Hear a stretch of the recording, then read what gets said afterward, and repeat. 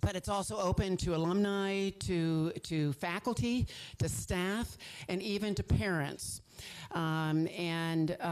This year we had 20 venture teams, bringing a total of 30 individuals. Among them, we had 2 faculty teams. One of the teams was from the College of Arts and Science. One was from the College of Business. We had a parent-student team. We had a staff, a husband and wife team. We had 9 alumni, and we had 19 combined undergraduate, graduates, grad students, and their friends. So in May, we had 19 professionals come in among the alumni and New Orleans business community. They shared their expertise in legal formation, IP, marketing, financial projections, fundraising, team development, prototyping, and more. Then during the summer, we had 33 mentors that worked with our founders. And then last week, we had 5 judges who reviewed video pitches, and from that, 8 were chosen to pitch tonight for a portion of the $30,000. And someday I'm going to figure out how to deal with this paper stuff. So, and here we are. What to expect tonight. The 8 teams have 8 minutes to present, and then there'll be 2 minutes of question and answers. Only the judges can ask questions. There's a timekeeper. Ileana is kindly our timekeeper. She will be giving you a 5-minute warning, a 1-minute warning, and an end. So please do keep to the time.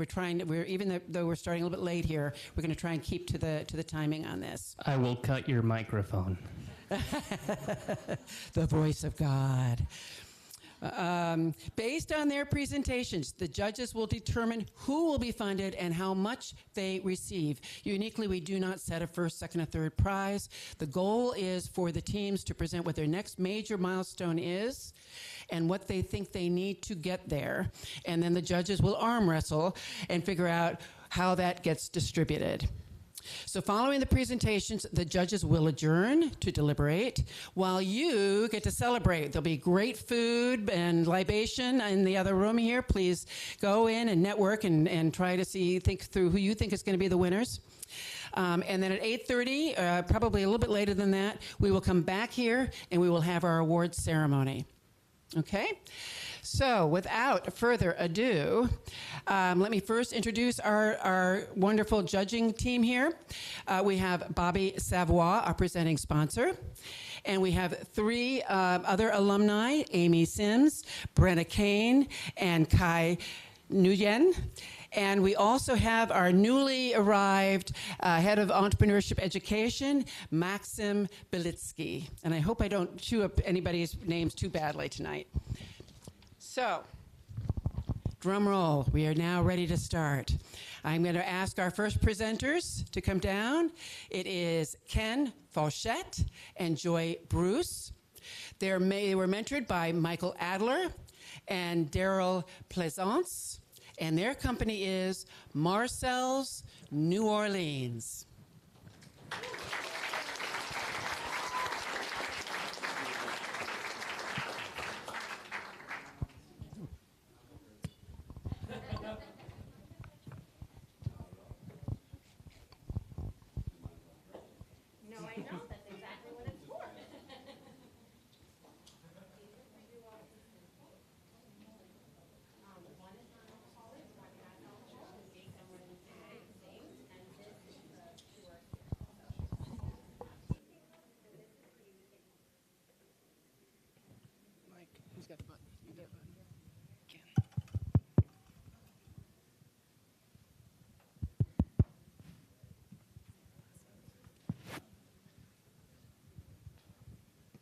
Hi, I'm Ken Fauchette, and this is Joy Bruce. We're the founders of Marcel's, and we're here to talk to you about cocktails. Do you know what the best-selling cocktail in the world is? It's the Old Fashioned. A great old-fashioned is complex. It has a richness of flavor. But complex flavors aren't easy to make. They're an obstacle course. They require multiple ingredients. They have a learning curve. They require fresh ingredients that can lead to waste. And it ultimately takes a considerable amount of time to make. A great cocktail doesn't need to be difficult time-intensive, or costly. It just needs Marcel's. Marcel's is a new cocktail syrup brand based here in New Orleans. We make complex cocktails without the obstacle course. A bottle of Marcel's has everything you need in it except the alcohol. No orange slicing necessary. Marcel's was named after my great-grandfather, Marcel Fauché. He believed that a great drink didn't have to be fancy, it just had to be good, and his favorite drink was the old-fashioned. Raising a family during the Depression, he had many jobs in his life. In one, he worked with bars and restaurants on their licenses. During this time, he sampled old fashions from all over New Orleans, and it inspired him to make his own syrup mix. For generations, my family has celebrated and connected with old fashions, but after his passing, the homemade mix fell away. Like Marcel, we believe that great cocktails and mocktails should be readily available to everyone. Marcel's is crafted with high-quality ingredients, steeped with delicious, rich, versatile flavors, and is made for memorable experiences. Of course, we're not the first one to try to make an old-fashioned more accessible, right? All of these brands have something on the market that helps you make an old-fashioned, ranging from low-quality syrups with cheap or not as great ingredients, or high-quality syrups, but they still require multiple ingredients and a learning curve. They're made for mixologists, and they haven't taken you off of the obstacle course. Marcel's stands apart because we have taken complex flavors and put them into one simple-to-make application. You will also see that there is considerable white space in the market for a challenger brand to capture market share. And that market is very large. Cocktail syrups alone are a $4.1 billion global industry. Drink mixers of all types are even larger at $8.6 billion. The pandemic accelerated consumer demand for simple, accessible beverage options that people can enjoy at home or elsewhere. This has propelled the pre-mixed or ready-to-drink category to over $33 billion globally. In many ways, Zing Zang has perfected this for Bloody Marys. It's a complex cocktail with simple instructions. Pour over ice and stir.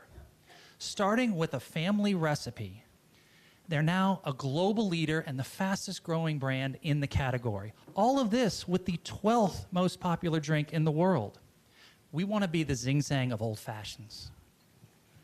Our market research shows us that most cocktail drinkers are likely to try a new mixer.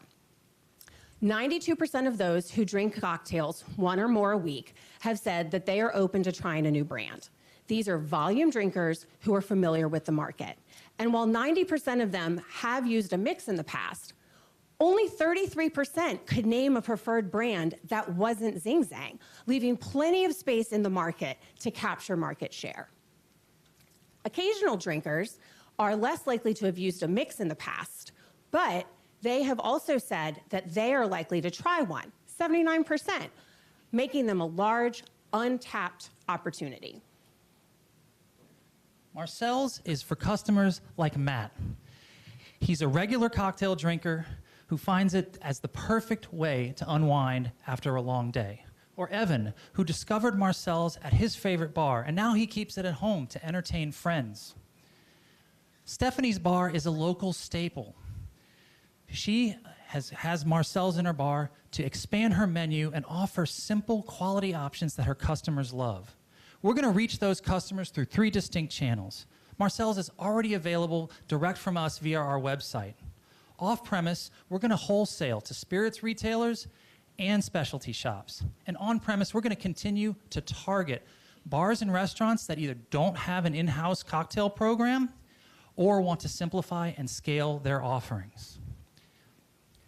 These are strategic accounts that drive brand awareness. Like Zing Zang, we want to capture market share by meeting our customers where they are in their busy lives. People are looking for simple, delicious beverage options.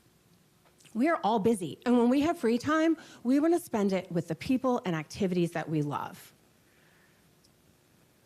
Of course, we're not going to be the first Louisiana brand in the food and beverage industry to try to go big and nationwide, right?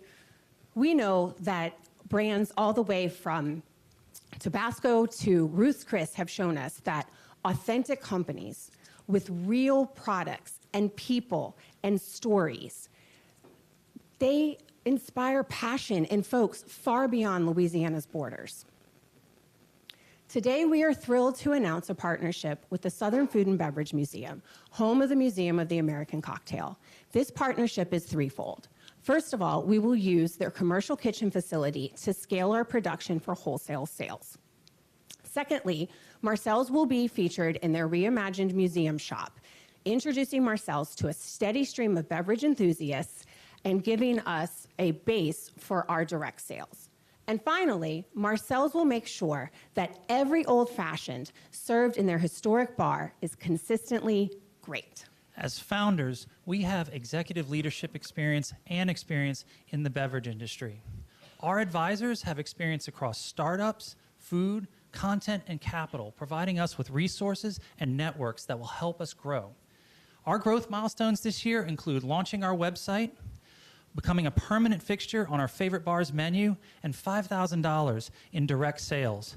Our goal right now is to create a wholesale-ready product. We're currently updating our IP, our brand assets, and our labeling to create a brand that can stand out on shelves and earn its fair share of minds and wallets. But that's where you come in.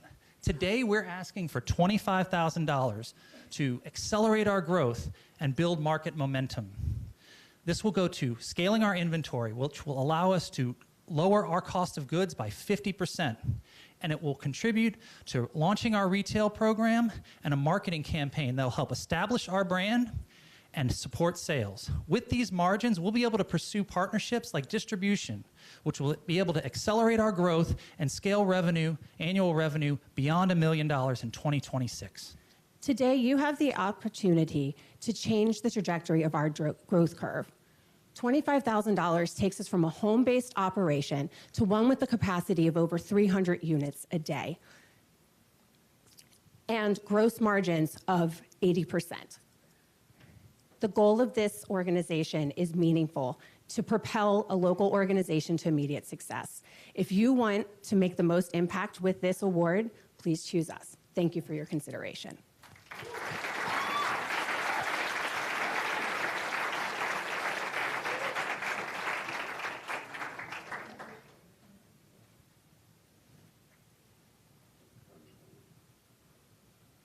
There we go.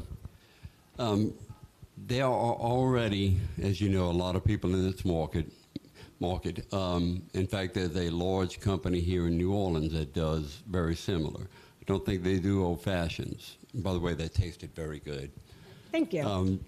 So what are your sales like right now? Are you already selling and it's just online? You're not in any stores, anything like that right now? We do not have bottles on the shelf in any stores. That has been intentional. We pulled back and we're preparing to launch that correctly. We are available in a local bar, and we've been consistently providing them with several bottles a month.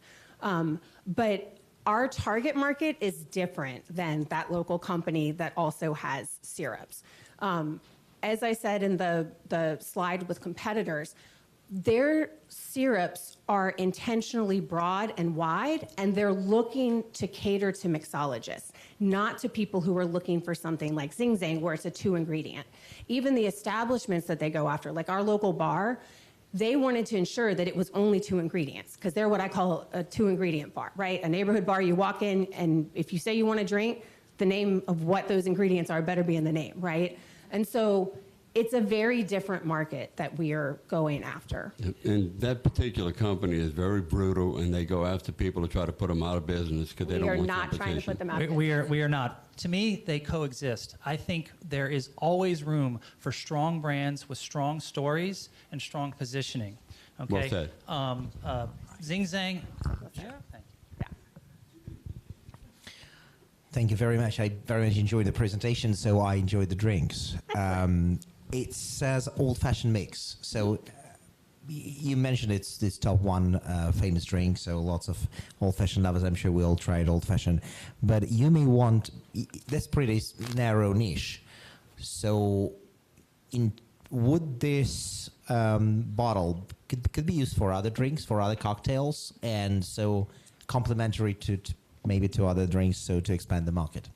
Yeah, so Absolutely, yes. So two answers to that. Number one, our approach to this product is to show how versatile it is. So we don't just look at it as something you pair with bourbon. We actually have a recipe catalog that we've done of over 40 cocktail and mocktail applications with this mix across different spirits and not even with other spirits. So that's part of our content and positioning in the market. At the same time, we realize to have a wedge into the market, you need to stake a claim. Zing Zang did that with Bloody Mary Mix. It's still their flagship. Right now, we see this as our flagship. It has the resonant story. We're open to expanding and extending the product line where it makes sense, but we really want to get product market fit before we try to go too wide. We'll take one more question. Are y'all gonna Are arm these the wrestle? only size that you guys sell?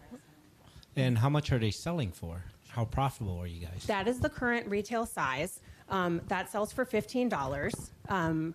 And we have a larger size that we sell to the bars. As we look to develop a retail product, we wholesale them to retail shops. We will probably also have a smaller size bottle that's specifically been asked for tourists so that they could take them on airplanes afterwards and it would meet flight criteria. Our current COGS. I was about to say, and for reference, this costs us right now, making it at home, about $4.70 per bottle to make. We sell it for $15. With the funding that we're looking for and the scale we're looking to achieve, we can cut that into half to about $2.40, which really allows us to go into market and wholesale. Very good. Thank you very, very much.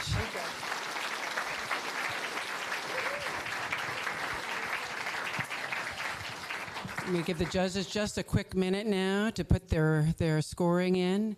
And while they're scoring, I'm going to introduce our next team. The next presenters is Gregory Busson and Hannah Gaillard. Their mentors were Jane Cooper, Kyle Murphy, and John Roberts. And the company is Neurospace.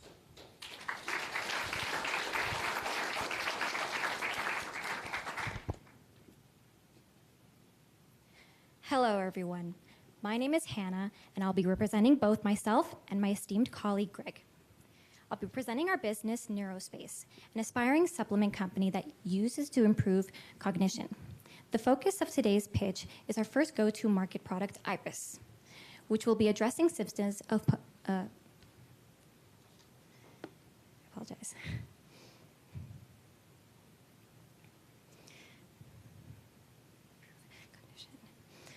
The focus of today's pitch is our first go-to market product, Iris, which will be addressing symptoms associated with menopause, especially mental clarity.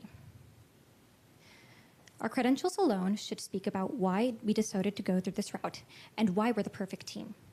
We both studied the realm of neuroscience intensely, given our bachelor degrees from Loyola and Boston College. However, what some of you may not guess is that one of the most important and well-studied subjects in our degrees was how women's brains are affected at integral parts of their lives due to the intense fluctuations of hormones that they experience. These integral stages being puberty, childbirth, and menopause. That's why we started to pursue a formula for Iris. Also, our personal experience has led us to where we are today. Greg in particular is raised in a Korean household where diet and health were hand in hand. So the idea of offering a similar experience just kind of made sense. To start off, I want to ask the crowd, how many of you actually know about the symptoms and treatments for menopause? That seems about right, because a PubMed survey with over 3,000 women aged 40 and up shows 90% of these women have never received any formal learning about this important transition in their lives, and over 60% prefer to still be uninformed. And I assure you that over 100% of husbands out there know even less. That same survey that I mentioned previously also shows that more than half of women suffer from all three symptoms. And yet, surprisingly, there's still no great solution out there. Currently, women have three main options for adjusting menopausal symptoms: endurance, Many women aren't really well informed about menopausal symptoms, so they endure the discomfort until it naturally fades. The second being hormonal therapy. While some consider this, it involves multiple doctor's visits, can be costly without good insurance, and has risks like high cancer risk.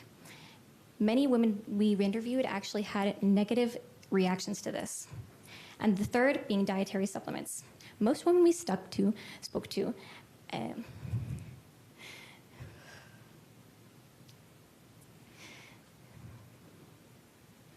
apologize. Most women we spoke to prefer supplements since they don't significantly alter biomarkers. However, there are concerns about the quality and effectiveness of available options, which we aim to address with Iris. So, what's our solution, or our secret formula that we've worked months on? We don't want to hide anything from our investors, let alone our potential consumers. So here it is for everyone to see. We narrowed it down to these 7 because we found the research backing these to be the strongest. Now, we understand that you may look at this and be like, I have no idea what any of these ingredients are.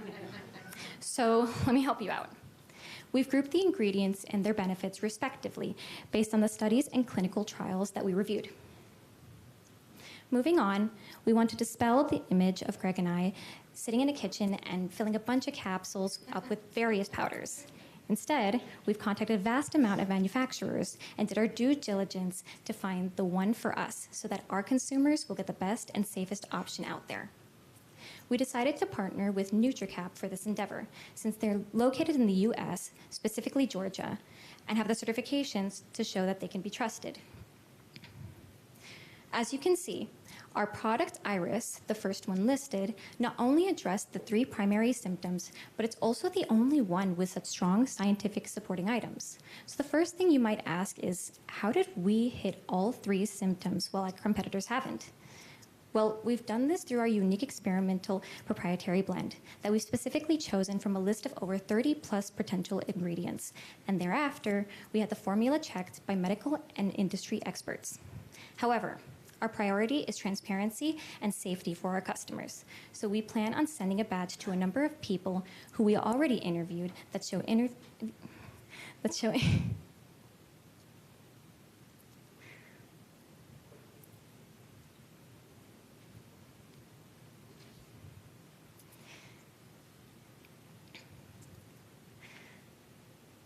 I apologize. However, our priority is transparency and safety for our customers. So we plan on sending a badge to a number of people whom we've already interviewed that shown interest that want to participate in a beta study where they'll track their own experience with Iris. Then our data scientists will compile our collected data for our consumers to see. We're more than confident in our formula and would rather go through these extra hoops if it meant securing the peace of mind of our consumers. Also, our market is by no means small, nor is it shrinking anytime soon, as you can see here. As a matter of fact, market research revealed that 77% of women in the US claim to use dietary supplements with the same percentage deriving from household incomes of over $100,000. And our primary market research strongly supported these statistics as well. I conducted around 100 interviews with the majority of women being between the ages of 45 to 55 and came from households with annual incomes exceeding $100,000. And the data revealed that all of these women would pay up to $250 monthly for a supplement to help relieve the primary symptoms of menopause. So based on everything I've just said, you could probably already guess that the menopausal dietary supplement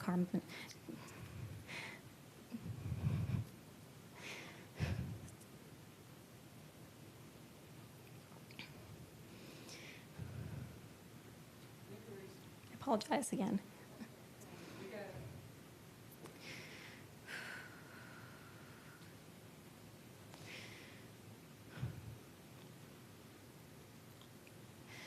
So based on everything I've just said, you could probably already guess that the menopausal dietary supplement market in the US is probably not a small number, with a valuation of $4.9 billion in 2021, with a consistent growth pattern for the future. We plan on reaching this target market by testing a variety of ads through Meta. We came to this conclusion through a secondary market research with data analysis of 500,000 social media posts, showing that over 60% of our target market continued use of dietary supplements for cognitive benefit. This use of interest is also reflected in survey data analysis from none other than the AARP. We plan on reaching that target market through a B2C e-commerce model to avoid costs associated with a brick-and-mortar establishment. Moreover, we plan on implementing a subscription system so that we can maximize customer retention and even save our customers a little bit of money.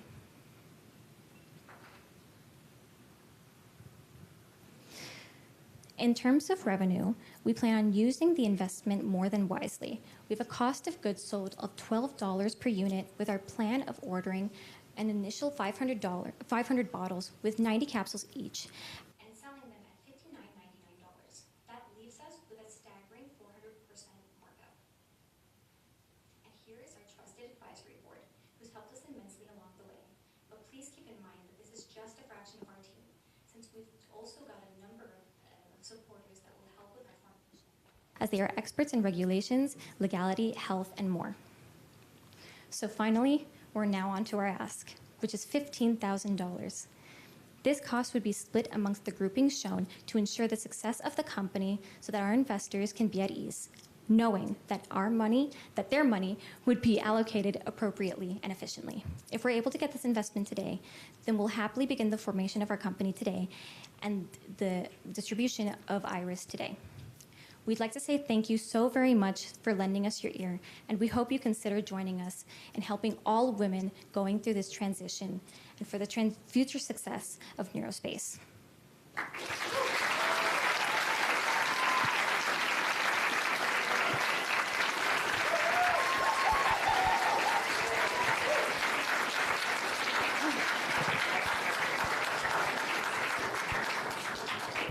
Really great presentation. That was awesome. And what a big market to be going after. So Yeah. Congratulations on all the success so far. I might have just missed this, so apologies if so. Can you just talk me through where you are in terms of, I know you said you had a beta trial coming up, but in terms of manufacturing, does this exist yet? It sounds like you've got the ingredients listed, but do you know kind of just walk me through from here to market, kind of what the next steps are? Hannah, do you mind if I take it? Yeah, that's all right. Go for All it. right, so yeah, we already have our manufacturer down and our proprietary formula done. When we already have a quote from our manufacturer. So given if we are able to get this investment, we can start manufacturing this within the next few weeks. And then you said you were going to test what was the beta test number again? Yeah, so we plan on giving away at least about a 3-month dosage of the supplement itself to a number of women that we already interviewed who would be interested in participating in it. And our data scientists would then compile everything up, and we would then send it out for our consumers to see. Okay. Do you have a number? Sorry, I think I missed it. The number of beta testers? Yeah, so as of now, we have 30 out of the 100 that we interviewed. Great. Thank you. Does this product require FDA approval? No. No. How do you see your organization, 6 months, 1 year from now with that $15,000 investment? What is your projection in the next 6 months with that? Are you talking about in terms of sale, R&D, or? As far as we know that this is $15,000 is a small ask for something, a market this large and this competitive. So I'm just trying to see where your projections are and what your thought process is for the growth of the organization in the next 6 months, 1 year, 2 years. Absolutely. So with the 15,000, a good chunk of it, as you saw from the previous slide, would go towards manufacturing, approximately $6,000 worth. And then thereafter, it would be 500 for the minimum order quantity. And we hope to sell around 5,000 for the first year, if not 10. Well, as someone with a 63-year-old wife, I very much appreciate your product. Absolutely. But the question is, that there are tons of products out on available in pharmacies online, you constantly see commercials for products that simply don't work. Absolutely. How do you separate yourself from the also-rans? So our biggest thing, as Hannah mentioned, is we want to be transparent and gain the trust of our consumers. And that's why we formed the advisory board as we did. We actually had our formula reviewed by 2 doctors and 1 RN, and we're still in the midst of getting it reviewed by a dietitian. And we hope to add even more experts in the medical field to our team so that our consumers can trust us and know that what they're taking is efficacious. I think that's it for our questions right now. Thank you very much. Well done. Well done. You're welcome.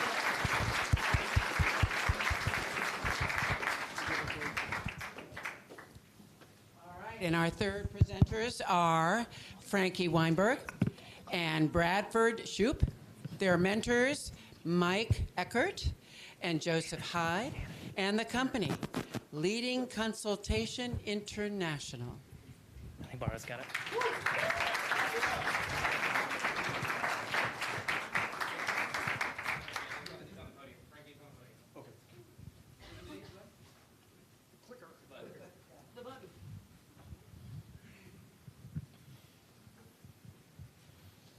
Okay.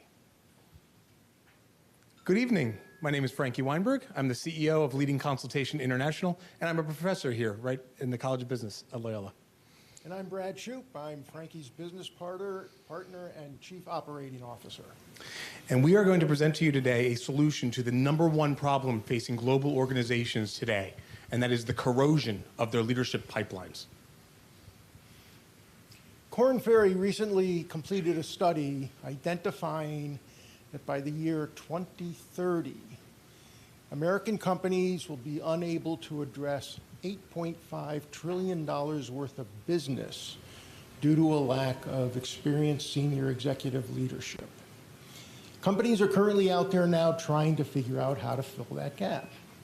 They're going to the market, they're looking for experienced leaders, and they're finding that the process is very slow, very expensive, and very unsatisfying. The alternative approach is to look within the companies. Every company has a great population of high potential employees.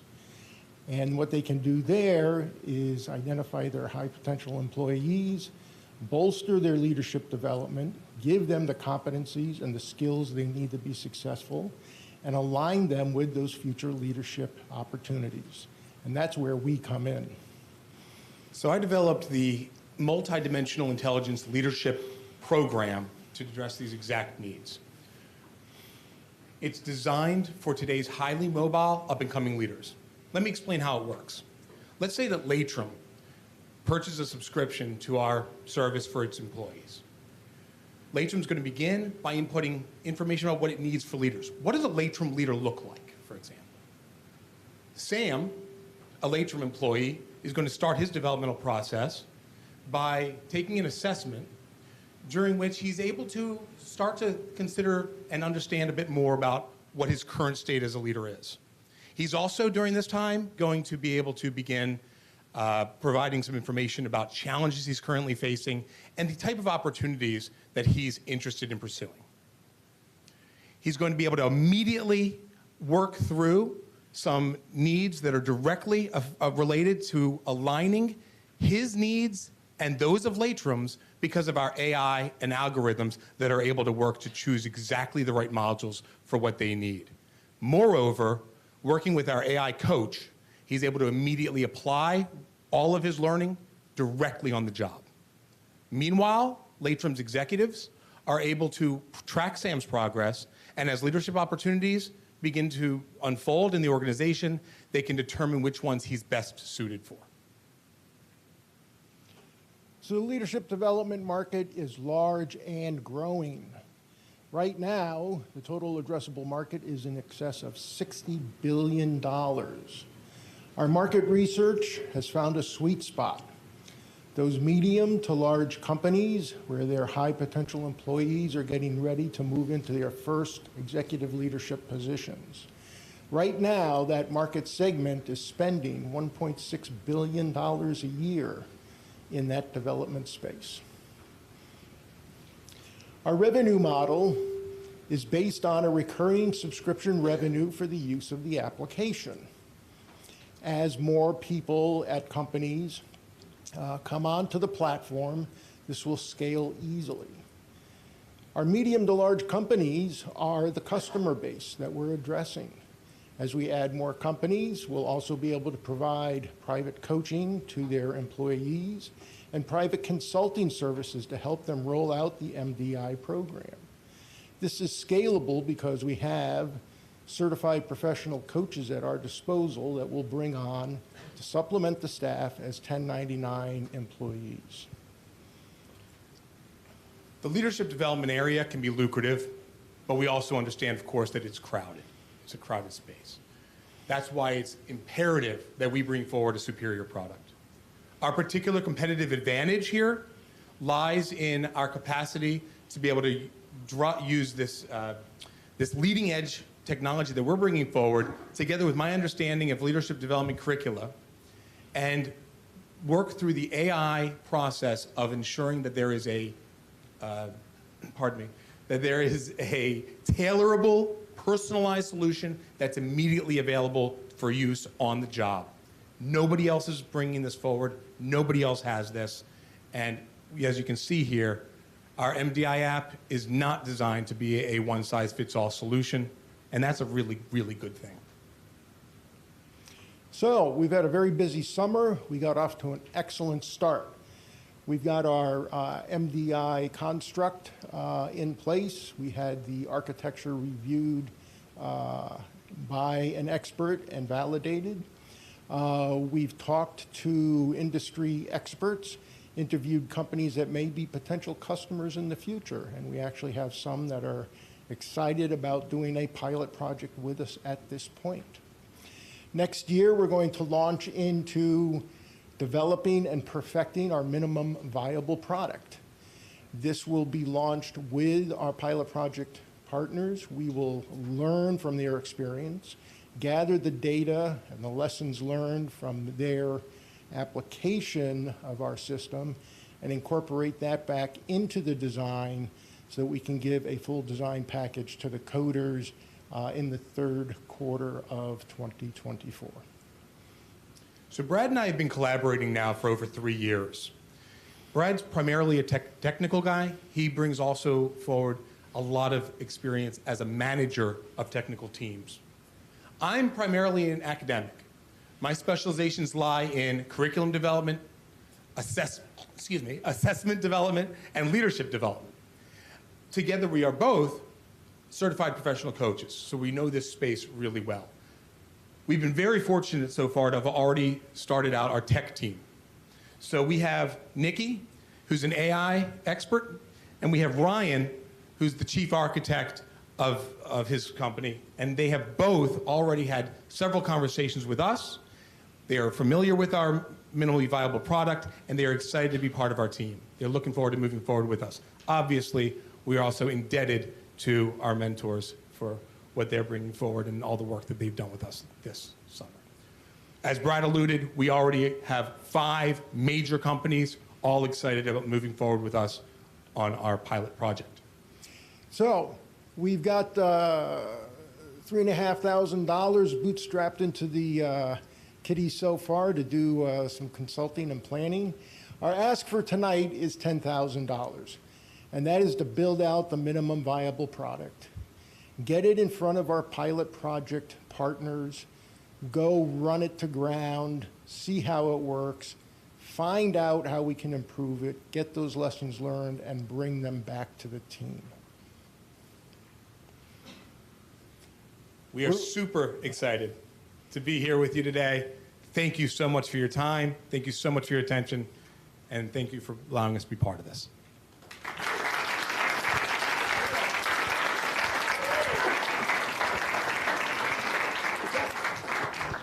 All right. Don't take this question as being negative, but I've built 3 companies that had thousands of employees, and I have been approached by dozens, maybe 50 leadership training programs, I just looked online and found 10 leadership apps just in my first search. What's going to make your app different, and how are you going to establish a beachhead and a market so that you can actually set yourself apart from everybody else that's out there? Sure. I'll start with the first part of your question. I see kind of two questions here. The first part, what sets us apart? Well, we didn't really have time to get into. What do we mean by multidimensional intelligence? It's the curriculum that we've been working on. I've designed this. It's based on 4 major areas in leadership. Intrapersonal leadership, what's going on within yourself, self-leadership. Interpersonal leadership. Cultural leadership, meaning leading organizational culture. It can also more expand into the global societal concepts. And operational intelligence. That right there is what everyone's telling us is missing. The link between leadership development and operations. Nobody has been doing that well. All of those leadership development areas, they're focusing on the soft skills. Most leadership folks, they're org behavior folks like me. Very, very few of us move into that meso and macro space. That's why we've got Brad coming on here. That's why I've focused on this as my primary research to practice strategy. The beachhead. The beachhead. Would you like to tackle that? Oh, I thought, Oh, There's a second part. there was a second part about the beachhead. Did you feel that I come? Yeah. What is your beachhead? How are you going to establish it, and then how are you going to grow? Sure. so the beachhead strategy is very straightforward. We're going to get through our MVP, we're going to improve the product, we're going to go to our version 1 release. We're going to then go out there and build a cadre of medium to large companies and bring them into the community. They are going to be our beachhead. I'm anticipating that we'll be slightly cash flow positive next year. I think in 2 years we'll be very cash flow positive and probably doing $1 million in revenue. And then in 2026, I'm anticipating that'll be in the $8 to $10 million worth of revenue. What is the sell to the leadership, the training manager, the HR manager who's in charge of leadership and is concerned that this is one more program that is the employee feels is checking a box, is going through the motions to complete, but may not be as personally invested in because it's a technology-based approach? Sure. Let me handle the first part. Are we good? I heard the buzzer. We're good to answer this? Yeah, go ahead. Okay. Yeah. So number one thing that we've realized, the people who are going to be the primary interest for the companies, these up-and-coming leaders or the first-time managers, they're really busy. So we needed to make sure that our deliverables as part of this app are immediately and directly applicable to what they're working on. It's not just you take an assessment at the end and you score, right? We've got enough AI, we've got enough technology now that we can pull from that using proper qualitative data analysis. And we can then determine, we can make decisions. The other aspect is this, the largest companies, you've got large companies, Walmart, for example, right? They have all these different potential folks. Walmart's example, many of their people throughout the organization don't even have a college degree, who could potentially be moving up. There's a lot of opportunities that could be there. But the company doesn't necessarily know how far each of these different trainings have gone.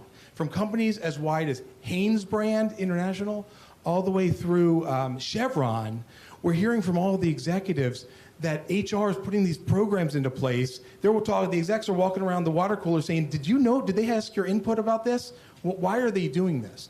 So what we need to be able to put forward is the opportunity for them to all collectively have a better idea and have access to see what's happening at their organizations, what's happening throughout their organizations, who can match for what.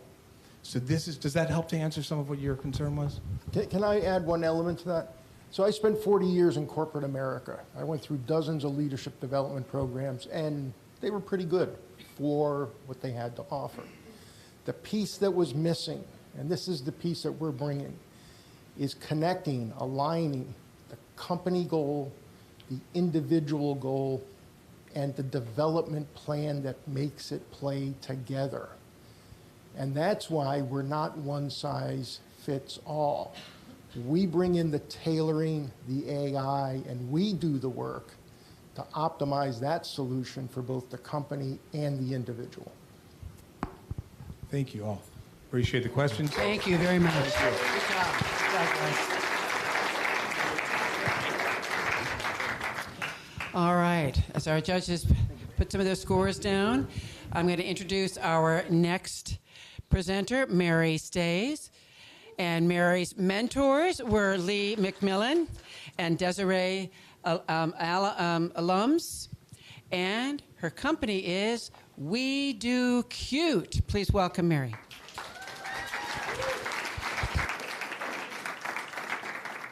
Good evening, everybody. As Ms. Barr said, my name is Mary Stays. I am the owner of We Do Cute, and this is my pitch presentation for LaunchU. So a little bit about me. I started making tumblers in 2017. I became an LLC in 2019. And since then, some of my established clients are the Crew of Zulu, Hearst and WDSU Leadership, and the Young Men Illinois Club, which is the the oldest Black carnival crew in New Orleans. The value proposition that I have, why We Do Cute is different from anybody else out there, is that we create special memories and keepsakes by offering personalized tumblers and gifts. How does this work? First, we start with a blank tumbler. I send a mock-up to my clients. It is customized. I do it digitally. Once they approve it, I print it out on a sublimation printer, and then I heat press it, and we come out with this gorgeous customized tumbler here. My business model. So how do I make money? There are two different types of customers that I cater to. The individual retail customer, so maybe they see my tumblers on social media or they find me on Google, they just want a quick gift, and they order through my website directly through me. And my wholesale customers. So these are larger groups, sports teams, schools, carnival clubs, and just bigger orders. My cost of goods and profit margin. These are my two best sellers. My 20-ounce stainless steel tumbler costs $5.57 to make, and I sell it at $25. And then my 30-ounce stainless steel tumbler costs $8.07 to make, and I sell it at $35. So for my research, I sent out a survey on all of my different social media networks and to my previous customers. And I just wanted to get a feel for what are the different types of tumblers or drinkware that they liked, how long they were willing to wait for an order, and what price point they were looking for. So 63% of people who answered my survey said that they buy personalized gifts every few months. 58% said that they would pay more than $30 for a stainless steel tumbler. And this was really interesting to me because as you saw in the previous slide, that's more than what I sell my tumblers for. And then 80% said that they were buying stainless steel tumblers, but they were given the opportunity to fill in the blank on what other products that they wanted to look for. Some of them said wine glasses, mason jar glasses, and whiskey tumblers. But this just solidified to me that I have a good niche and people are looking for the type of product that I provide. So my market opportunity. The personalized gift giving market was estimated at $2.4 billion in 2022. We all know Mardi Gras brings in a lot of money, right? So crews spend $23 million annually on Mardi Gras. There are at least 6 parading majority Black crews, and I already have a partnership with the Crew of Zulu. That means right now I already have 16% of the market on lock. Next year, we're pushing to double that. This is my revenue opportunity. These numbers are based on my projected sales with the Crew of Zulu, and each year after that, just doubling up. Once we get through our next wholesale order with the Crew of Zulu, we'll reach so many other people and so many other crews that doubling that will be easy. So I wanted to give you guys a real life scenario so that you could see my tumblers and how these tumblers and the numbers work together. The Crew of Zulu is asking for 2 different size tumblers. The branded 30-ounce tumbler, I'm selling to them wholesale for $21.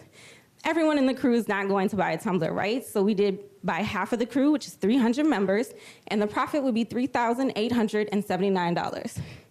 For the character branded tumbler, so the different characters that you see in Zulu are like Witch Doctor, the King, the Queen, the Maids, all the different types of floats. They want a 20-ounce tumbler. I'm selling that to them wholesale for $14.50. the profit per float will be $312.55. And so the total profit for all of these branded tumblers will be $2,187. So the competition. You can go on Etsy. It's no surprise. You walk in the French Quarter, you see somebody selling tumblers. You might know somebody that's doing these epoxy tumblers that are on the left, right? The epoxy tumblers are such an involved process. It takes at least a week to make this, so you can't scale it. You can't do it wholesale.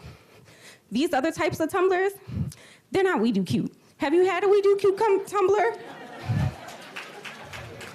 I'm local. I have multiple clients who come back to me month and month again and do repeat orders. My work stands for itself. So for the team strength, prior to LaunchU, it was just me. I'm the person who designs the tumblers. I print them out. I press them. I ship them. The global headquarters is in my guest bedroom. It's just me. But because of LaunchU, I was able to gain two very good mentors. Mr. Lee McMillan, he's a portfolio manager. He really helped me to see it past the side hustle, to really see how my business could grow and what my numbers would really look like. And then Ms. Desiree Mercado, she's a boutique owner. She helped me a lot with the research, finding out what my wholesale price would be, and just making sure that that lines up with what my customers are looking for. So how much you asking for, Mary? $7,000. The majority of this money is gonna go towards a sublimation printer. Right now, what I have is a converted inkjet printer. And because it's converted, it's out of warranty. So if something happens to it, ink leaks everywhere, a paper jam happens, I'm the one that's on YouTube and TikTok trying to figure it out. Most of that money would go towards a printer so that I have the right thing to print out my sublimation products, and just I have that peace of mind. I need a printer stand. Everything can't go in the guest bedroom, so. And then I'm looking to increase my inventory. So I am a social media professor here at Loyola. This is the time where you take out your phones and you point them at the screen and you follow me on all of the social media networks. And then you go to my website and you buy things. Just in case I don't get anything here, you can help me out.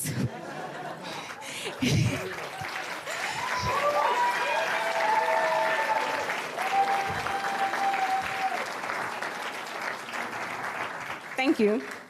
I had to wake y'all up. You should take my class. Are there any questions? So are you only looking to stay local in New Orleans? I am not only looking to stay local. There's DC Mardi Gras. There's all types of opportunities out there. I'm just looking for an opportunity. I'm looking for a door to walk in.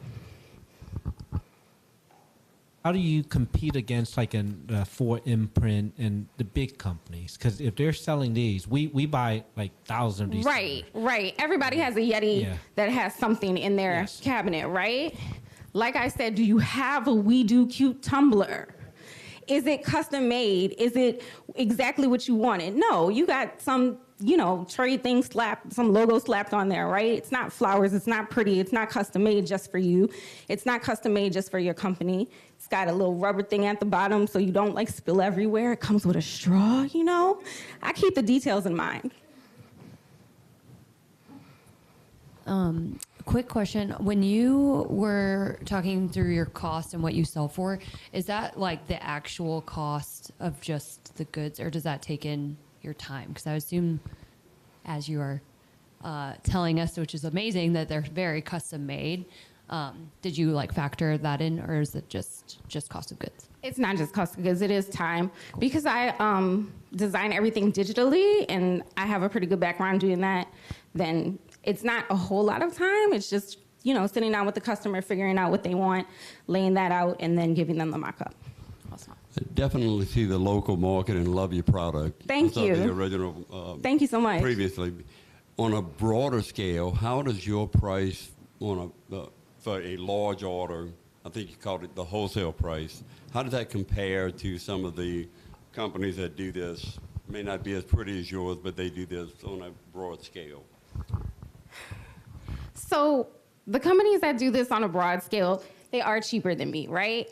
But as I said, I am here, I am local, I understand the fabric of New Orleans, I understand the work that goes into my business, and I'm here, I'm involved, and I'm giving you that time and that touch. Not everyone buy based on price. I'll tell you that. It doesn't have to be the cheapest, it just has to be the best. Right. Thank you. Thank you.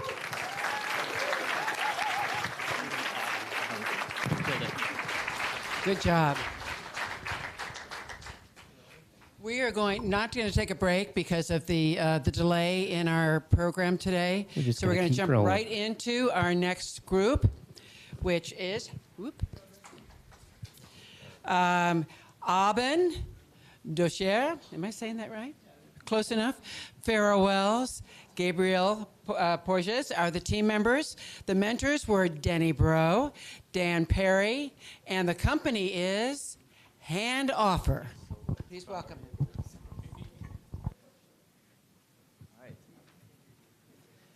Hi everyone, and welcome to the future of student living. Imagine a world where you can have affordable, sustainable, and accessible furniture solutions at the fingertips of every college student. We're proud to introduce Hand Offer, the second-hand student marketplace where buyers and sellers within the university ecosystem can trade furniture without breaking the bank. Every college student faces the inevitable way and challenge to move into an apartment and the quest for buying and selling quality and affordable furniture solution. Yet, when I moved to the US in 2019, I was shocked by the tons of furniture lying off the street and still in good condition. It was not until 2021, when I had to move off campus, that I realized the struggle to find affordable quality solution as mentioned before. And I actually ended up getting my microwave, my air fryer, my rug, and many other small appliances and pieces of furniture from the trash itself. And I still use it today, and it's still in good condition. That's where Hand Offer was born. So as mentioned in my story, for students to buy and sell reusable furniture, it's inconvenient and safe and unsustainable. Students don't have time to spend hours sifting and sorting through crowded websites such as Facebook Marketplace. They don't even know if they can pay on the platform. They don't even know who's on the other side of the platform. Are you getting compensated as promised? Are you getting the item as pictured? Not to mention those 10 million tons of furniture going to landfills every single year just in the US. This is not mentioning small appliances, rugs, all of those stuff. And you can see some of them during the hasty move-in-move-out period on Calhoun and Fred every single year. So that's where Hand Offer comes in. Let's take Jen. Jen is a freshman who needs a study desk. She doesn't own a car, she's an international student, she doesn't have many connections here in town. So she's the perfect buyer. She's gonna take her phone, download the app Hand Offer. Then she's gonna create an account directly with the .edu verification. She's gonna put her .edu email address to make sure she's a student here in the US. Once she does that, she's gonna have access to the platform. She's gonna discover a student-centric and well-designed platform. Once she gets there, she's gonna click on the buy page, find all what she needs with the filters and sorting, very easy, and she's gonna find the study desk she wants. She's gonna click on it and see Craig on the other side of the platform. But before she buys it, she's gonna see that Craig has only good ratings and reviews. He's also from the same university. He's also in the same field of study as her. She's gonna feel safe, click on it, go to purchase it. Once she gets there, the payment is made, it's secure on the app. But also she realized that she can get reimbursed if the transaction doesn't go to the end, of if she doesn't get the right item. So she feels even more confident. On the other side, you have Craig, who's the perfect seller. He's the perfect seller, he owns a car, he's a native New Orleans, he has everything he needs. And he's also selling a study desk because he's a graduate student, he wants to get rid of stuff. He sold faster than all the other students because he followed the tips and recommendations on how to sell. He followed the clear angle, clear pictures on the platform. Once he did that, he got Jen who bought the product, he received a notification, and now they can chat on the platform to see how they deliver the product and how they do the transaction. So convenient, safe, and sustainable. The industry, the furniture industry is very interesting. It's completely shifting in the past few years from giants that were mass producing, so that's the fast furniture market, to now more resale markets. We're more sustainable and we want to reuse our item and make more money with it. As you can see, the resale furniture market is driving the furniture market. So it's way bigger and it's the one driving it. And if we focus with Handoffer only on college students here in Louisiana, we can get in the next 3 years, 15 million in revenue. Our go-to-market is to beta test the app at Tulane and Loyola, where everything started. Once we do that, then we're going to expand and launch the platform in March 2024, and to expand in the greater New Orleans area, where you have 2 HBCUs, you have 2 community colleges, you have 1 Jesuit, 1 public, 1 private institution. So you have everything you need to test the platform, test the app, and if it works, it's going to be easy to replicate all over the country. The next growth market is LSU, which has about the same amount of students than all those universities above together. How do we make money? It's very simple. We get a transaction fee on every transaction, so a fixed and variable fee. We also allow students and sellers to boost their item to sell faster. He's going to go at the top of the page. And we're going to have native and banner ads on the app to sustain the app and get additional revenue. In terms of profit, since we launched in March 2024, we're going to have to spend and invest heavily into marketing to educate students not to throw away furniture, which is our main competitor as of today. And we're going to have to create the app and pay the app developers that we're working with. After only 40,000 transactions and in the spring 2025, we're going to break even. We differentiate ourselves because we focus on the student community and student-centric app, and it creates a sense of safety and confidence for students with the .edu verification, with the payment process on the app. Everything is on the app. The chatting, the payment, the listing, everything is on the app, so easy to track back. And of course, our main driver, as the founder, my main driver, it's sustainability. That's why it's out there. The team, it's made of me, the founder, Aubin Duchier. I'm an international student, so I understand perfectly what it is, the struggle, and it's my second business. Then we have Farah, who's right there. She's more into digital and marketing communication, and we have Gabe Porges, who's from Florida. He's more into the legal and financial side of things. Our timeline is to, during the fall, we're gonna get into phase 2, finish the layout, the design of the app, and code the app, to be able to test the app early on in 2024, get tested in Tulane and Loyola, as said earlier, because it's where everything started, and start the marketing campaigns, putting the marketing campaigns out there to be able to launch in March 2024, right before the move-in, move-out period in May, April and May, and then July, August. Tonight we're asking for $25,000, mostly to finish up the design. We want to hire a graphic designer to keep it by student, for students. That's our main driver. Then we're going to have also to finish the layout and the design with our team of app developers from France. And we want to start integrating some features such as the .edu verification, the in-app chat, and the secure payments. So that was a pleasure to talk to you. If you have 1 second, you can take the survey right there to help us build the features you need. And just keep in mind, it's right there. Help Handoffer keep your furniture off the streets. Thank you for your time. Always a pleasure. Thank you.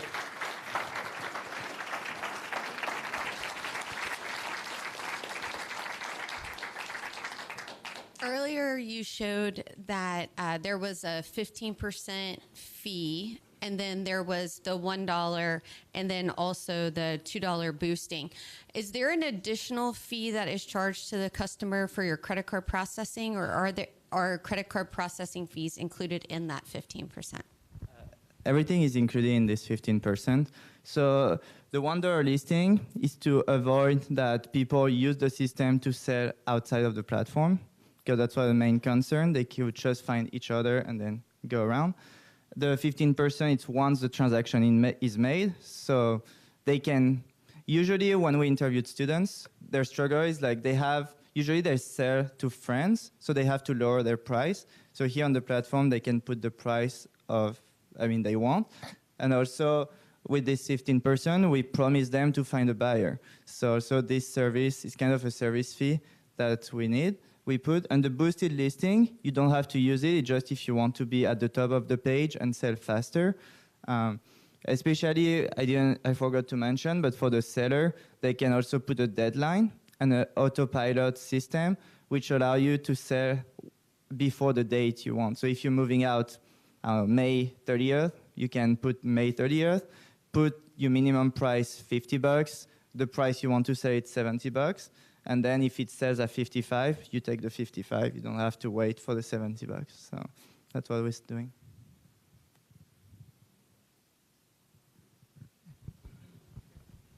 I like your .edu verification for safety. That's excellent. Thank you. And since I live over on Audubon Boulevard, I see all the sofas around the curbs all the time whenever school gets out. So I think you actually have something here. How you showed yourself going $100,000 into the hole in 23 and then coming out in 24. Yeah. So how is $25,000 going to get you through that dip and the dip in 24 to get you up to 25? So this is the actual expenses we need. So it's going to be about 40 to 45,000 with the app developer team. Then we're going to have 25,000 into marketing. And we have also some expenses, which is some payroll, some legal fees that we're going to have into the operating and personal expenses.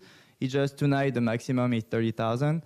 So we try to bring the first step in front. You see the marketing is going to come after once we need to create the platform.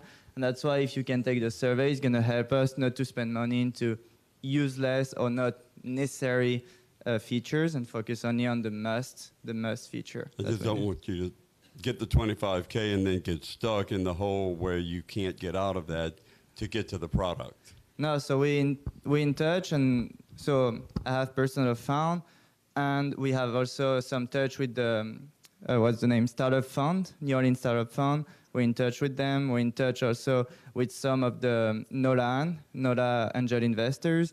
We're in touch with like some investors. We worked also this summer with MBA venture class. We had the chance to meet so many investors, meet so many MBA students, and they help us bring the product to the next stage. So we have a range of mentors and investors that could jump in when the need is here. So, yeah. Okay, thank you very much. Good job. And I saw several phones go up and photographs, so good job. All right. So our next presenter is Tom Daly, and I don't believe his other partners are here, Max Daly and Sophie Daly. Yes, they are related. And Tom's mentors were Stacy Berger and Patrick Okwan, and the company is Dependent Cares. Thank you very much. Thank you, thank you. Hello, everybody. My name is Tom Daly, and I'm here to introduce you guys to Dependent Cares.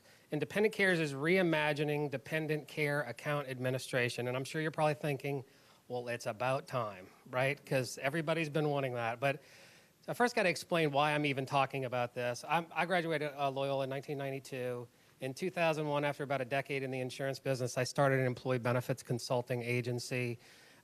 In 2002, I started having a family. So for the last 21 years, I have been a working parent with young children. For the last 22 years, I've been working as an employee benefits broker, trying to help employers build benefit plans to attract and retain people. And one of the things on that list, that long list of products that I help employers to buy and their employees to participate, is something called a DCFSA. And if you don't know what that is, you're not alone. DCFSA stands for Dependent Care Flexible Spending Account. And the best way to think about this, it's an employer-sponsored plan. Employers offer it. They allow their employees to participate. And it's essentially like a tax-free piggy bank for dependent care expenses. So that's before care, that's after care, that's summer care, and that's pre-K tuition. So before taxes means that if you set aside a deferral, most you can defer into a DCFSA is $5,000 a year, but that means you as an individual would save about $1,700 in federal, state, and FICA taxes. And that means that your employer would stand to save about $400 a year in matching payroll taxes for you. So this is all about trying to maximize tax savings. So that sounds like a great program. So what's the problem? Well, the problem is I've been doing this for a long time, and I've come to realize that about a third of the employee population that exists in the U.S. has dependent care expenses. So like 1 in 3 people have young kids and expenses related to them. But only about 5% of those people participate in dependent care FSAs. Now, some of them don't have access. A lot of small employers don't even offer access to these plans, but a lot of them just aren't aware. There's a tremendous problem with lack of awareness.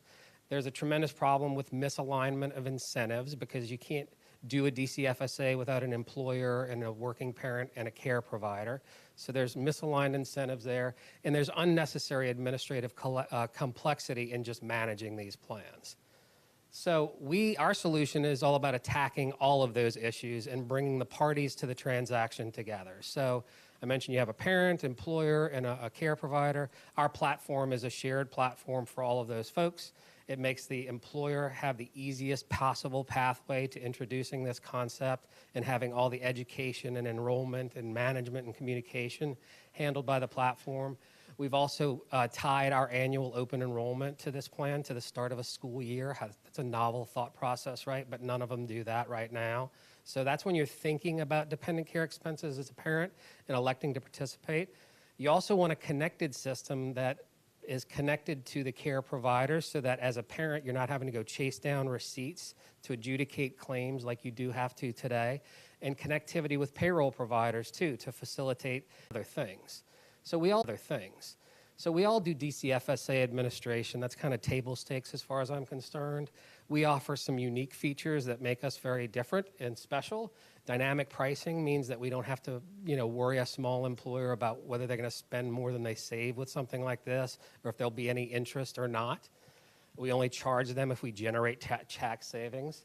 Tying with the school year open enrollment makes it easier for parents. Sharing the tax savings with both care providers and care champions, which I'll talk about here in a second, is unique. And integrations with payroll providers is also unique. So the market for this product process is large and growing. So back when DCFSAs came to be, about half the population had 2 working parents. Now that's like 2/3 of the population. That's like 48 million working parents in the country. And average care costs for the year are shockingly close to $15,000 a year. I hope none of you have to resonate with that too much, but I do, times 3. So that means the average foregone, missed out on tax savings are, for individual working parents, $17.4 billion per year in unclaimed, unrealized tax savings. Their employers have another $4.7 billion per year that they're missing out on by not having a plan like this. So it's a big opportunity. So where are we right now? Where are we now? We've made a tremendous amount of progress over the course of this plan, this program. We have 20 beta testing clients. We built testing clients. We built a minimally viable product. Admittedly, there's a little bit of manualness going on in the management of that product right now, but we built it. We have all these clients signed up. They represent about 500 employees. We're shooting to have 50 participants, which is a very deliberately small amount in the first year. We want to learn a lot through this process, and we want to make sure when we're building something very specific to those needs. And we want to get to 100,000 participants by 7 years from now. So that feels like a worthwhile goal, and we're going to need the distribution partners to pull that off. We already have a number that we've talked to. NFP, the company that acquired me, is very interested in this. They have 2 payroll vendors, a national dependent care provider of services, and then a national traditional administrator. And they're all literally ready to do business with us as soon as we're ready for them. And it's that relationship right now. We've also discovered this whole new world of dependent care software providers, which I didn't know existed, but they have huge networks of dependent care network providers, and they could really help us ramp up our growth. The one that I was most excited about, though, is our care champions. So this, to me, is stay-at-home moms and dads that stay at home because they have kids to take care of and they need flexibility of their work schedule, but wouldn't mind making a couple extra dollars on the side. If they sign up about 1,000 participants in a plan, they can make about $30,000 a year, and I can't wait to deliver my first of those checks. If we get to where we want to go, in addition to generating about $17 million in revenue and $8 million in profits over 7 years, we can generate $750 million in savings to working families, huge, $2 million to their employees, $3 million in new revenue to both care providers and care champions along the way. And again, that's something I'm very excited about. Our team includes myself and my now not with me children, both off in college right now, Sophie and Max, and a great advisory board of also similarly working parents with businesses that they've started up in related spaces. They've been wonderful, and I am looking for a full-time operations support person right now. My ask, $10,000. I've found from the beta test clients, everybody loves our videos, but we've only produced 2 of them at this point. We got to do 22 more. We've already scoped them all out. We just need to pay for them, and that's what I'm hoping y'all can help me with. So thank you very much for letting me introduce Dependent Cares, and thank you for helping me and Dependent Cares help working parents keep some more money in their pockets. Thank you.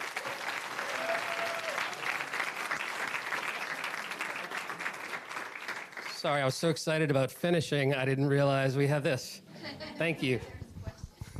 I see that you said that it was about a saving of $400 per employee for the employer. Yep. How much are you charging the employer for the service? Yes, that's a great question. So they save 7.65% in matching FICA taxes. We charge 5.65% for the service. So we ensure that the employer is going to still save some 2%, not 7%. So we're going to charge them, of that $400 in savings, we charge them about $300 and change. Most of the employers we don't find are super price sensitive on the cost of this. Like, it's normally a net neutral cost to them. The ones that offer it today and present it today, they're excited about the fact that we're taking better care of their people. Yeah. It's to retain the employees. The ones that don't offer it today, that are stuck on price, are excited. Like, my 20 betas are all never provided DCFSAs before. Yeah. So I'm my excited company, I offer every single benefit there is. Yeah, You know, we good for match. I got to give you my 401k card when we're everything. finished. And stuff. And this was something that has never been brought to my attention. So I am continually shocked. As somebody who does what I do and lives the life that I've lived, I'm continually shocked that, like, putting DCFSA as a second slide and explaining what it wasn't on my radar until I talked to 100 people, and they're like, what is that? Like, wow. So, yeah. You mentioned 20 participants at Yes. the moment that you've spoken to. So what have you learned from them that will allow you to move from 20 to 500 as the next You know, step? so much. That's like a phenomenal question. I thought it was like super small that I was shooting for, but I'm so glad I didn't like really open myself up to more than that. I'm like literally having 20 employer conversations day by day, 50-ish, we're not quite there, 50-ish employee conversations every day. And the amount of feedback that I've gotten from them on like rubber hits the road stuff is just really invaluable. So like that is informing the development of the product. It really is. So I guess I made a few bad guesses along the way, but I've been very much informed by it. Thank you. Wonderful. Thank you, Tom. Wonderful. Thank you.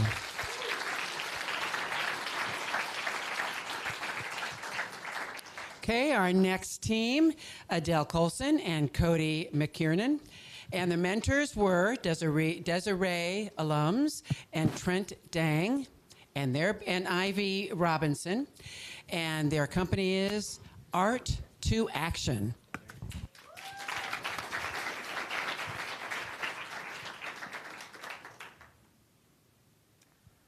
Alrighty, howdy y'all. We are so excited to be here with y'all today. And yes, just so excited. Thank y'all for like swimming here to get here. Yeah. My name is Adele. I'm Cody. Again, thank you all for coming out today. Super excited to have you all here. A lot of beautiful faces in the room, great energy out here. So we're excited to pitch to y'all. Let's get it. Say goodbye to empty entertainment and embrace event activism. We are Art to Action, a New Orleans-based collective reimagining the way arts and culture can be transformative for our communities. What we do is host concerts, events, and flea markets for social justice causes, using art as a means of advocacy to create a better future. There's a problem. Look at the statistic right here. Our generation wants more than just going to any old concert or event. They want something new, something innovative, something that will make a difference. I want everyone to look at the top left of the corner of the screen. See that research is spelled wrong. I noticed that this morning, but that is because spelling is not my strong suit. But manifesting a vision that includes activism and entertainment is. For real, it is. And so we conducted a massive survey where 100%, we were shocked by this information, but 100% of people said that there needs to be a bridge between artistry and activism. And that bridge doesn't exist, and the numbers don't lie. Art to action is the solution. Everything that we're about is building a community using art and entertainment in order to grow a community together and essentially just keep building and supporting social justice causes. Here are some of the events that we've already started. So Loino Flea Market 2021 is where it all began. We had an attendance count of over 250 people, over 30 vendors, and we were able to raise $1,000 for the Loyola Student Hardship Fund, which was specifically designed for Hurricane Ida relief, but it was also for COVID relief. We then scaled it the next year. In 2022, we had the Loino Flea Market again. And with the support of our community, we had the attendance go to over 500 people, over 40 vendors, and we donated over $2,500 to local and international efforts. And we plan to grow even more coming soon this December. Here are some others. We had Stove Rave, and this was a really cool collaboration with Second Harvest Food Bank and the Lower Lander Center. And what I love about this event is that we also had a supply drive. So we were able to, people were donating things, and then all that went to Second Harvest as well. The Last Dance was the last event of the semester last year, and that happened on the night before my class of 23 Loyola graduation, so it was just an incredibly special night. And it was our largest age range with ages 8 to 87, and we were able to donate over $500 to March for Our Lives and the Human Rights Campaign, even though we had less than 100 people there. In terms of our business model, there's many ways that we're going to be generating revenue through these events. But one of the most important ones that I want to point out is strategic partnerships. We're going to be working with like-minded companies and organizations and influencer endorsements in order to get our concerts from one scale to the next in a monumental setting. We want to make it clear that our passion and our goal as a business is to pay our artists and our workers a fair wage and support the causes that we champion. An integral part of our business is giving away part of our profits, which is unlike many other businesses. But we think that that's what makes us valuable. We grow dependently with our community. Our target audience, this is what we like to call the bluesers. Now, we're talking about a young adult demographic that they got the blues. All week they're working hard, whether they got a job or they're in school studying, and they want to let loose. And they want to let loose in an event. Just take a look at one of these notes here. We got tons of these. People who reached out to us having gone to one of our events and were impacted and moved by it. And so what we want to do is continue throwing these events. All of these people, the bluesers that we're talking about, they love music, they love festivals, they love events, but they also want to be a part of something that's bigger than themselves, which is essentially why we're all here, why you're all here. We have a great market opportunity. Entertainment is such a valuable part of our culture, and we saw that during the COVID-19 pandemic that we didn't have that connection. We weren't able to be part of that crowd. So since then, the market has drastically increased, and we don't think that there's a limit for how far the media entertainment industry can reach. Yeah, no, there is no limit. And look where we're standing right now. In New Orleans, there's 130 festivals every year. That's roughly one every 3 days. And only 5 of these festivals support a cause. But we can continue growing these festivals. And none of them are directly related to arts and social justice, which is what ours are going to be related to.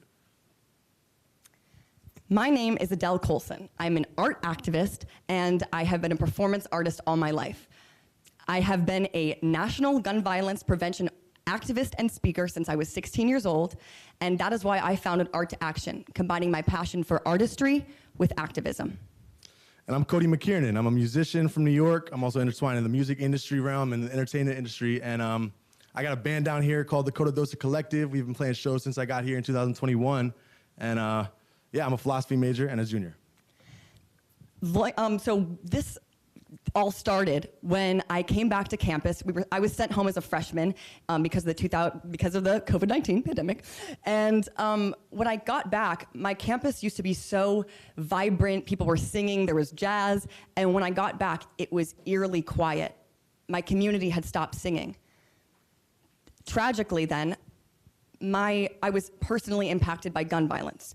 So I knew that I needed to find a way to heal with my community and bring awareness to a cause that had always been important to me. That's when Adele reached out and asked my band to play our first show down here, which was at Loino's first flea market. And since then, we've played 50 plus shows, but that essentially was the start of Art to Action. We are seeking $10,000 to promote our artistic and altruistic endeavors. We have a lot of startup costs that you can see, but our mentor, Trent Dang, who works in large event production, assured us that after 3 shows is approximately when we'll begin to make enough money to reinvest back into the business and keep it investing on its own.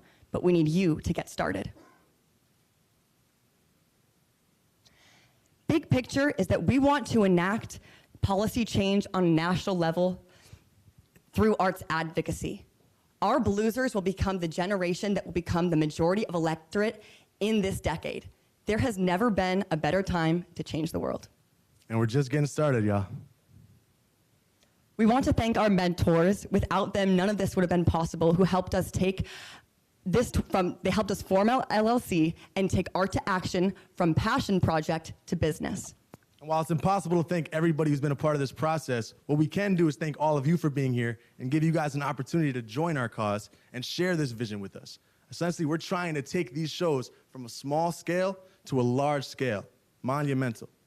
So yes, thank you all for being here. If you have any questions, common solicitations, you can contact us right here and pull out your phones, follow us on Instagram at Art to Action Co. And we thank you all for being here. A new era of event innovation begins. And if you don't believe us, just listen to our bluesers. Thank you.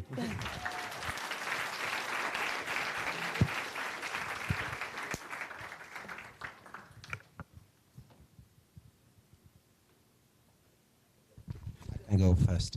So you ask 10,000 and you say like staff, talent, venue. Can you be more specific? Are you going to rent a venue? Where this venue is located? What's the capacity of the venue? If you're going to have a talent, so who is there going to be? A musician, a marketing person? I don't know, technical officer? Be more specific. What are you asking for? Right now, I'm a kind of a one-woman show. Cody helps, but we use local. We've started this just with local bands who haven't asked us to pay them. So that's why we're asking for this $10,000 so that we can begin to pay the artists for their work. Because I feel like a lot of people don't understand the weight of artistry, and we really do need to support our artists. Profits are very variable based on the event, the venue. Most of those concerts were thrown in my backyard, so we didn't have a venue cost associated. But since then, we've been reaching out to venues like the Howlin' Wolf, Gaza Gaza, places like that. And we have 3 events lined up coming soon, but yes. Also, essentially, because of the success of those events that we had in the backyard, we know that this can get taken to the next level in a place like Gaza Gaza, Tipitina's, Howlin' Wolf, one of these major venues that we can rent out for a night and throw a major, event. Y'all mentioned the money that you've been able to give away, and congratulations and thank you for doing that. How do you make money? We don't. That's why we need money to sustain our business. I pretty much I gave away all the profits to putting on these shows. I just broke even. So I would pay all the staff, I would pay the artists, and then whatever money was left over, I donate all of it. So now I know that that's not as sustainable. Ben & Jerry's is like a philanthropic company, and they donate around 7.5%. I'm looking to donate maybe around 10 to 15% because our business is solely focused on giving back.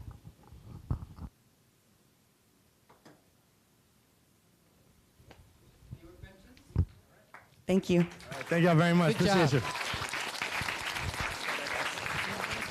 you. Good job. You got the button? Thank you. All right.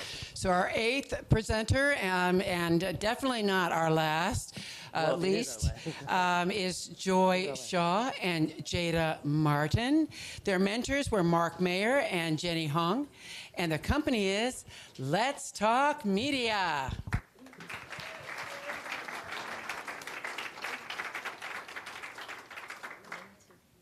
Hi, we are Let's Talk Media, a social media management company that elevates brands using customized social media solutions.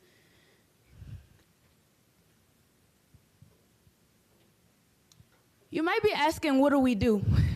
Well, we help businesses go viral and use social media to grow their business while being cost effective. We don't do this one-size-fits-all social media strategy, but we think outside of the box. I'm Joy Shaw. I have 16 years of experience. I am the media strategist for Let's Talk Media, and at the age of 16, I made $4,000 just doing social media services. How, you may ask? I cracked the algorithm. I learned how to predict the trends and know what was going on in the times. After that, I graduated with 2 degrees and started working for several different businesses, owning and crafting my craft. I met Joy when I was in 8th grade. You may think, what is this 12-year-old, now 19, doing up here thinking she has experience? Well, Joy began to teach me social media, graphic design, and predicting trends. And since then, I've had over 6 years of experience and worked for over 7 businesses. And now we have Let's Talk Media. The problem. How do I go viral? How can I make money with social media? We get these questions often from clients that come in who are frustrated and don't know where to start or how to grow. Social media can be overwhelming and time-consuming. The solution, you need a plan. Our solution is posting new content that your target audience is looking forward to seeing and using our strategies to monetize on all social media platforms. We do the research and we come up with the plan to help you grow your business, and then you go viral. Our customers, small business and personal brands, between 3 to 10 employees, 2 to 5 years of business, under the age of 45, 100,000 to 700,000 of yearly revenue. We have a client who's a life coach. She came to us with no social media presence, with a budget, with a paid ad budget of $5,000 a month. We increased her social media presence, gaining over 144,000 followers, monetized on all platforms, and developed products, 50 products, increasing a new stream of revenue for over 150,000. We did this all without tapping into her ads budget. We did this all in 1 year. We also help her to increase her conversion rates. She has now an email list of 8,000 plus people and an event attendance rate of 1,500 plus people. We also helped her to develop a customized app that has 35,000 subscriptions. It wasn't magic, it was the model. What we do for one, we can do for all. This is a universal strategy that can be tailor-made and custom to any industry. We found out that our referral list is gold for us. We now have a customer list of clients who are eager to work with us. By activating these partnerships with Catalyst, who has already connected pending agreements with us for a fast food chain restaurant, a branding agency, and a consulting firm. They also want us to become their #1 social media connect. Businesses currently spend $6,000 to $10,500 per month on social media marketing. spending about 25% of their budget for paid media. That's between $72,000 and $126,000 per year.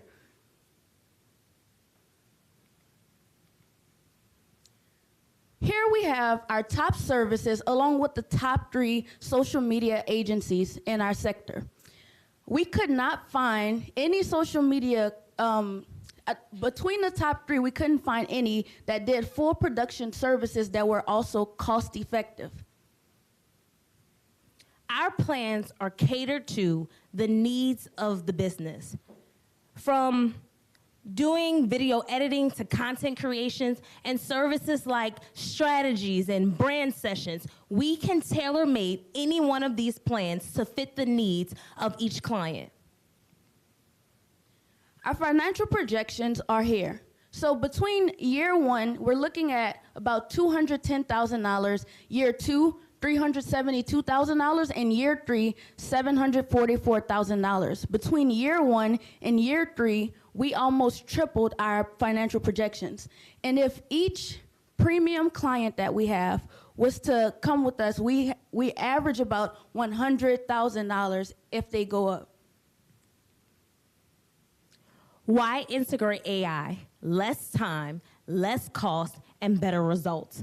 It takes us 11 hours minimum to do one project for a client versus AI doing 10 minutes maximum. We do these routine tasks all the time, and it takes us 11 hours for one client. By taking our strategy of clearing our wait list, we can literally take and bring our business to the next level. Our ask, $15,000. With the use of this money, we'll be able to upgrade our website, purchase new AI software, and clear our wait list and open to our potential 5 new clients. Thank you. Connect with us and let's talk media.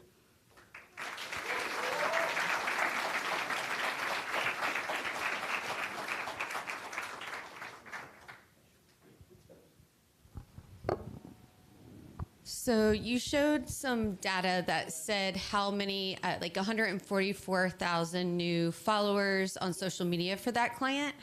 How are you managing and identifying the level of engagement on that client, and if those followers are brand loyalists, if they're active, that kind of thing? So once you monetize, all social media platforms, once you go to that level, they actually give you that engagement. We kind of take it a step further and we download it all. We have a software which is also in AI, that will literally take and kind of spit out that data very easily and quickly for you. So what kind of engagement? We monitor the engagement by sales. You saying what kind specifically? Yes. So as far as the engagement of that client with 144,000 new followers, are those followers, buying? I know we saw an increase of sales. Yes. So about 30% are buying as of today. We actually just went viral, so it kind of shifted everything up. Now we're at 60% as of today. Well, a couple of hours ago. You mentioned the application of AI, yes. And then you mentioned using this money to buy AI software. Yes. So does your product use AI now? So we currently use AI for copywriting and video editing. We would like to take it a step further to do those other routine tasks. Good. Is there anything proprietary about that, or you're just looking for license fees to use specific AI tools? It's actually just the finances. So we have done the research. We have figured out which ones we like, which ones we don't, which ones work well for us. And we have everyone set. We just need the finances to go ahead and pull the trigger. Okay. $150,000. How many clients do you need to make it up? And would this 10-minute job of AI, does it mean is it 10 minutes per client? So 10 minutes AI Yes, jobs, per 10 minutes client. per client. Correct. And so how many clients do you need to reach 250K in the first year? When we did the math, if we had, I think it was 5 premium clients, 2 at the very minimum, and then 3 at the maximum, then we could reach that goal pretty easily. Altogether, I think it was 14.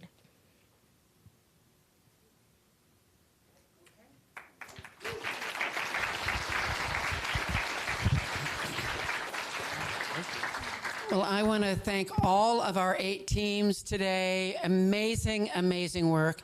Amazing. Can you please thank him again, please?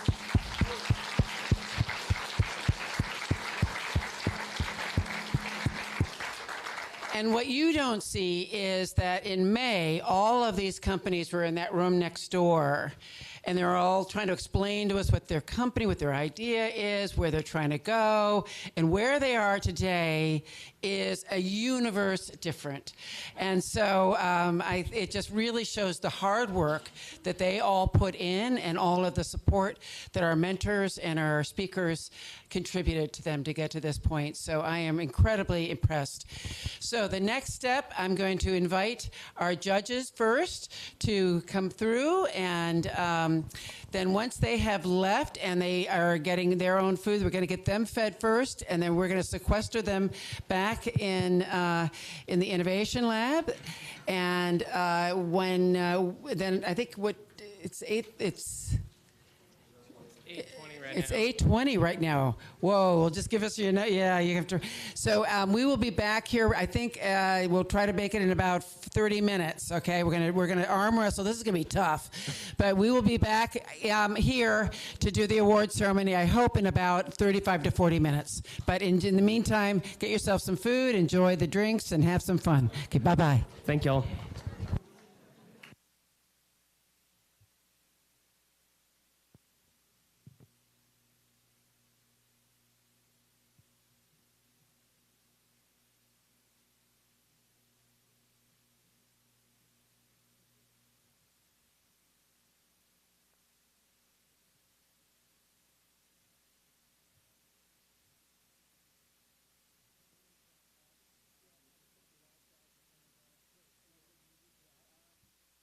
I got music up there.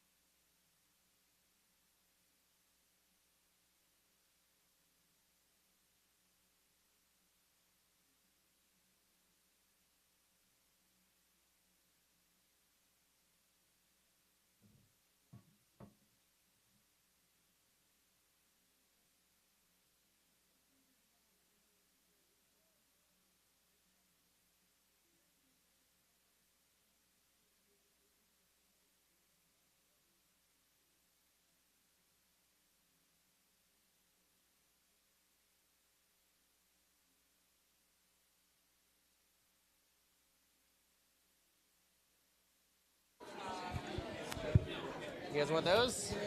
Yeah. Thank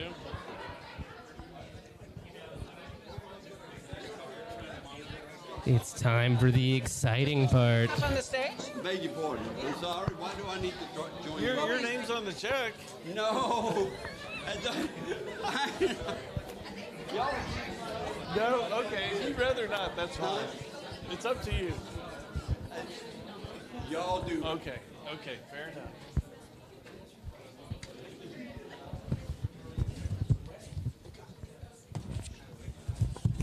The moment you've all been waiting for. Well, before we start all of this, I want to first say a few things.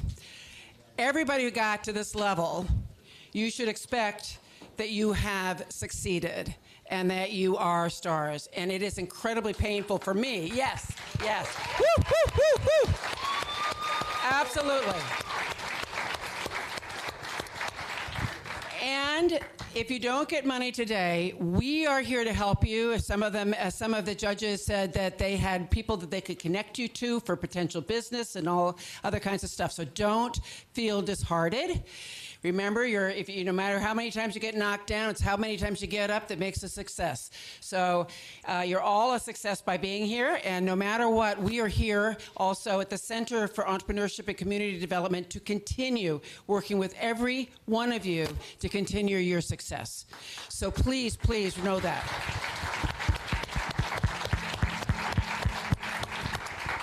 So I will give you the first check. We have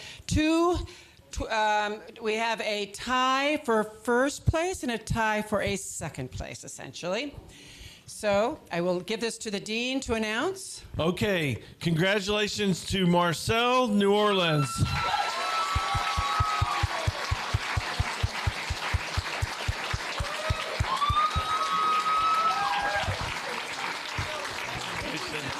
Let's put that in your hands. Just stand next to you.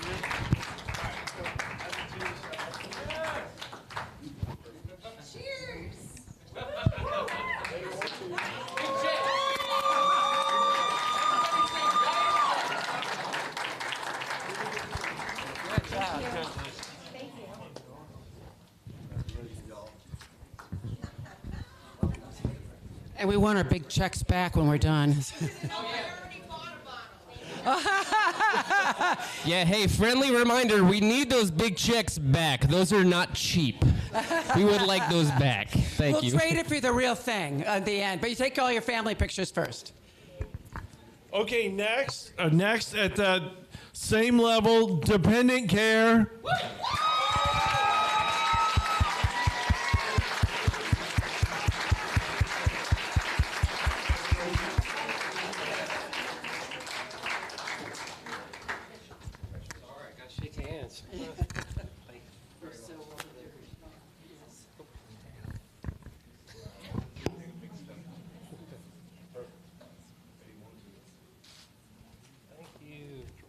One more. One more.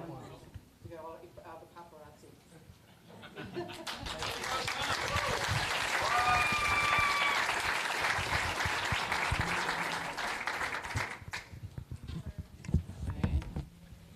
Okay, so the next is Neurospace for $5,000.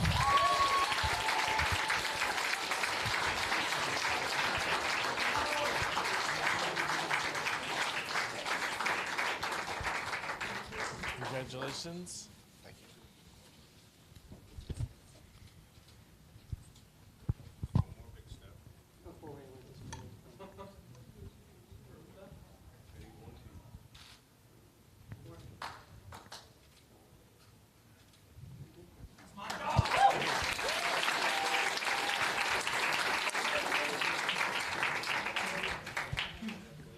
And certainly last but not least, hand offer.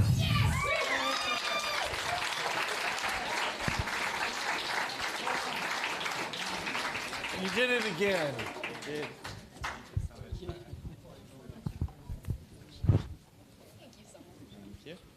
Congratulations. Thank you.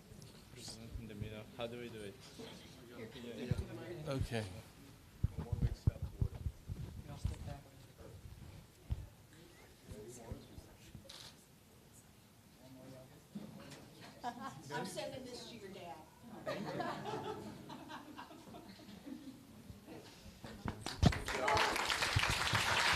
So those that did not get a cash award today, know that you are still here. I'm here to help you and then we also have mentors and judges that may have businesses for you. So, this is just one little step. So realize that we're here for you. You are winners, every one of you. So have a good evening and a wonderful weekend.